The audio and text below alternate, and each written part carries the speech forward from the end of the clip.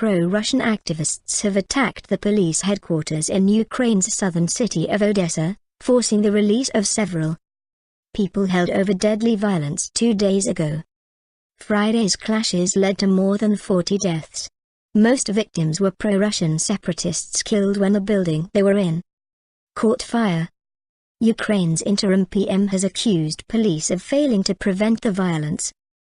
He was speaking as Ukrainian troops encircled Sloviansk in the east. The army operation is trying to wrest control from separatists who have taken over government buildings in a number of towns. The initially peaceful rally in Odessa on Sunday by hundreds of pro-Russians turned violent as protesters, some wearing masks and carrying improvised weapons, broke windows and forced the gates. A number of those detained on Friday were then released by the police, apparently in an attempt to pacify the crowds. There were chants of Russia, Russia and Russians won't abandon their own.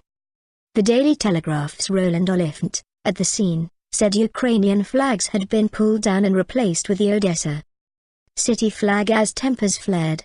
Protesters used a lorry to force their way into the police compound. Reuters news agency quoted police as saying 30 people had been freed.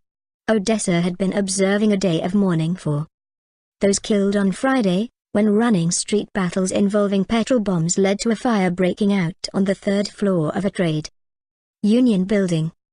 Dozens of pro-Russian activists had barricaded themselves inside. While some were rescued, 38 people either burned, suffocated or jumped to their deaths. Moscow and Kiev have blamed each other's supporters for the fire. On Sunday, many visited the burned-out trade union building, which now has a large Russian flag draped on one wall, to pay tribute. Interim PM Arseny Yatsenyuk, who has traveled to Odessa, has ordered a full investigation into what happened, saying their authorities did nothing to stop this crackdown, and were inefficient and they violated the law.